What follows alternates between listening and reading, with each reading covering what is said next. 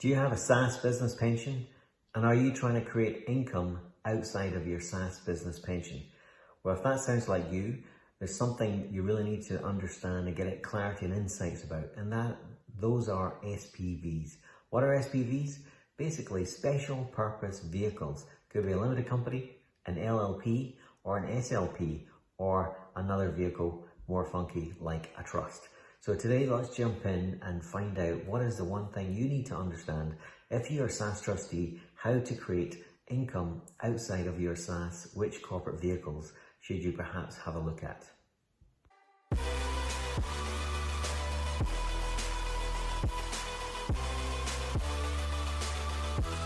In terms of structuring, these are the kind of things that we're going to go into. Everything from a sole trader. Why would you want to set up a sole trading business? And a partnership, which is effectively a sole trader but more than one person.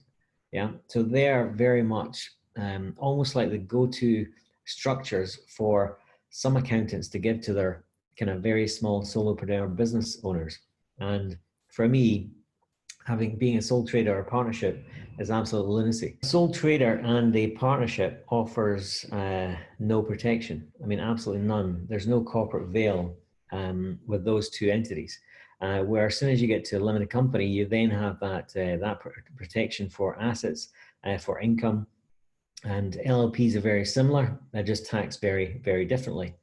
And we're going to do a deep dive into each one of these next week and why you should choose one, why you shouldn't choose another, tax implications of an LLP and tax implications of a limited company.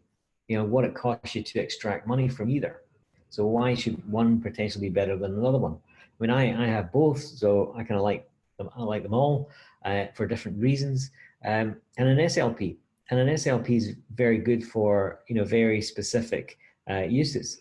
It's taxed the same as an LLP, but what it is a Scottish limited partnership, and it's very good for taking investment into partnerships, whereby an SLP is almost like an LLP, but there's a dictator running it.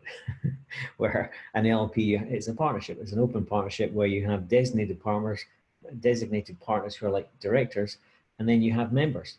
Yeah. Then we're going to jump into an overview of a SSAS, because we're putting a whole week on the SSAS because it's that big a subject. And then we're going to go into trusts, which is a kind of area where not many people talk about. It's a very mystical area, but the trust law has been around for 1,000 years. Not a new thing.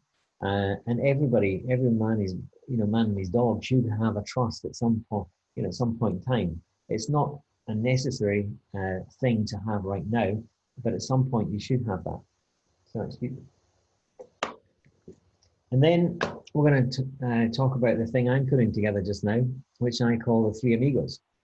And that is what I think is a really, really good multiple structure to have. You don't have to implement it all day one, which is the good thing about it, but it's really having a trust, an LP, and a limited company, and then subsidiaries below that. And it's a great structure, absolutely fantastic. And so we're going to go into jump into that